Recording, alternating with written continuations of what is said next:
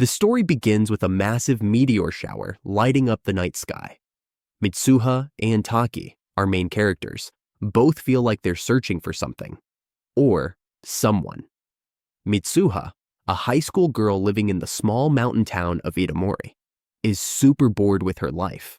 Her family runs a shrine, so she's often roped into all the rituals. Mitsuha is just about done with the whole wear traditional clothes and make fancy knots routine. Her secret wish? She wants to be a Tokyo girl where she could wear jeans without everyone losing their minds. One morning, Mitsuha wakes up feeling weird, and things just get weirder from there.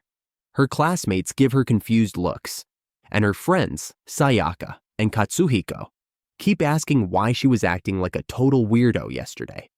Mitsuha's even more lost. She has no memory of the day before. Plus, there's a random "who are you" note in her notebook. She figures, hey, maybe she's sleepwalking, or she's finally cracked from all the knot tying. Meanwhile, in Tokyo, Taki, a high school guy who's trying to balance his part-time job and life in the big city, wakes up feeling something's really, really off. And then it hits him. He's in a girl's body. Not just any girl's body, Mitsuha's. Taki's not sure what's happening, but he's 100% sure it's going to be awkward. Trying to act like a normal Mitsuha, he ends up touching things he shouldn't be, which Mitsuha later finds out about and is thoroughly mortified by. She leaves a warning note on his hand that reads, "Stop touching my body." Taki, mildly embarrassed, writes back with, "Oops, my bad." Eventually, Mitsuha and Taki realize that they're body swapping, and usually when they're asleep. They decide to leave notes for each other to explain the chaos they're causing. Taki finds out that Mitsuha made him ask out Ms. Okudera, his beautiful co-worker. Thanks, Mitsuha.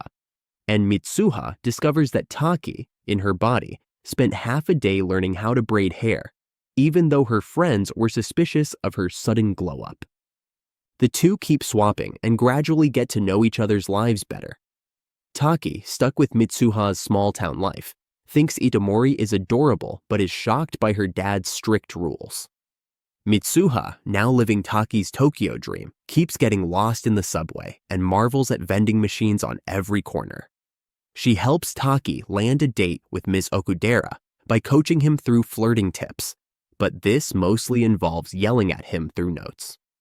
One day, Mitsuha is excited about her town's big festival, where she and her sister Yotsuha take part in a sake offering ritual.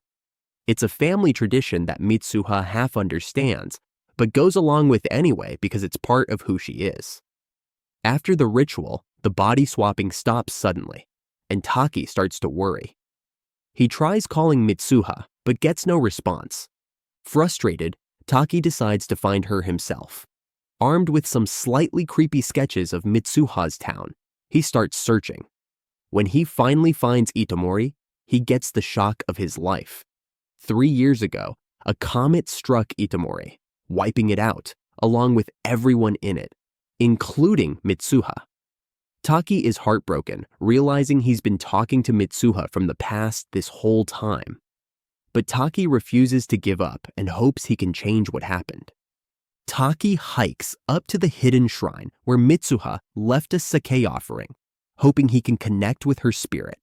He drinks the sake, probably the worst drink he's ever had, and bam, he's back in Mitsuha's body.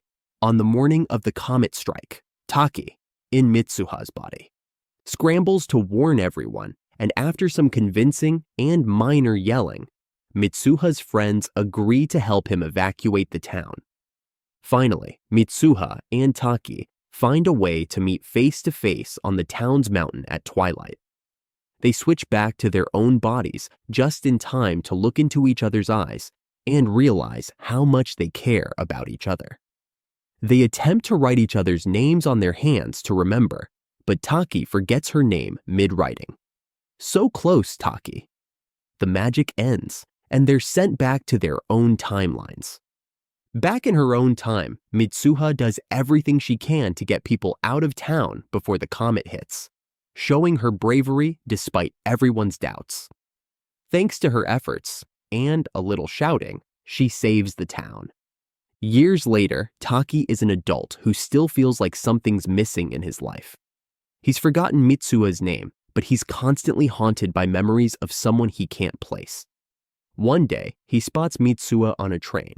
They both stop, feeling a connection they don't quite remember but can't deny.